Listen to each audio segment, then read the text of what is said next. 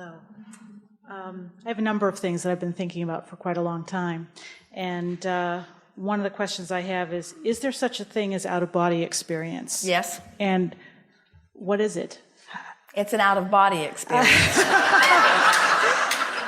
It's taking the perspective that is usually in your body and viewing your experience from a broader perspective. It's melding so perfectly the experience of your inner being. Here it is. It's you joining that broader perspective and looking at your physical experience. It's different from the way your inner being sees your experience, but it is translating your inner being's view of your experience. It's a merging of the physical experience that you usually have with the broader view. So is it a place? I mean, is it, it's a perspective. Okay, so if one has an out-of-body experience and it's a perspective and you feel as if you're in a different physical place, are you actually in that different physical place, or is it just a point of view? Well, everything is perceptual. In other words, there really is no physical place. It's all perspective. And so what happens is, as you have shifted your vibration and connected with your broader view, you are now perceiving from that different perspective. And how can you do it more than once? Why do you want to do it? Because it's a total sense of freedom, and it reminds me, it happened to me once, a couple of times, and it reminds me of the broader perspective, if you will. Yes, it does do that. And but it's joy. Here's the reason that most people don't do it a lot.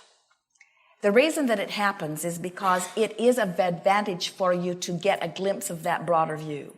The reason that it doesn't happen all of the time is because there is huge advantage in the specific view that is you. The way we like to put it is, if you knew how much you wanted to be in these bodies, you would not be trying to get out of them all of the time. Okay.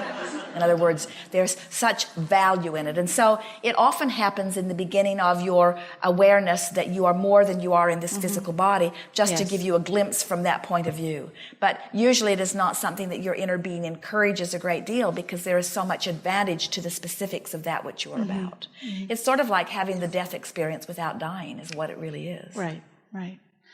I have another question as well. I had an experience where with the advent of digital clocks, I happened to wake up very early one morning, and I noticed it was a particular time. And I fell back to sleep again, and I had this tremendously rich dream that seemed to go on for hours and hours. And I woke up, and it was only 1 minute later. So when you talk about a transfer of a block of thought, and it was in color, and it was very, very intricate, and is that essentially how we have dreams? Yes, it is. It's a block of thought. That's exactly how you have them. It's interesting because the scientists who watch you while you sleep talk about all of these different phases of your sleep and all of the things that are happening as they're watching your eyeballs moving and all of that sort of thing. But the dream is taking place in fractions of seconds. You're sort of downloading it and unraveling it, and it gives you the sensation of it having happened over a long period of time. But what it really is a block of thought that you are unraveling instantaneously. And then, as a follow-up to that question, in terms of getting in touch with your inner being and channeling in a similar way that Esther does, I've noticed that there are different times in my life where I seem to be very focused on that, and it came to me very easily. And then other times it seemed to be very difficult, where I just didn't seem to have that. Well, this is like any anymore. creation. There are two factors. How important is it to me? And what is my state of allowing? In other words, when you have things that you really want to know, then you're summoning that opportunity to have that experience, unless there is belief that is keeping you from it. And so it's the same thing in the creation of anything. You have to want it and stay out of the way of it. The advantage that Esther had is that she wanted it because Jerry was seeking the wisdom of it, but Esther did not have any vested interest in it. And so she did not have any resistance about it, or very little, you say. And so those are the dynamics that are necessary for anything. There has to be focus without resistance. And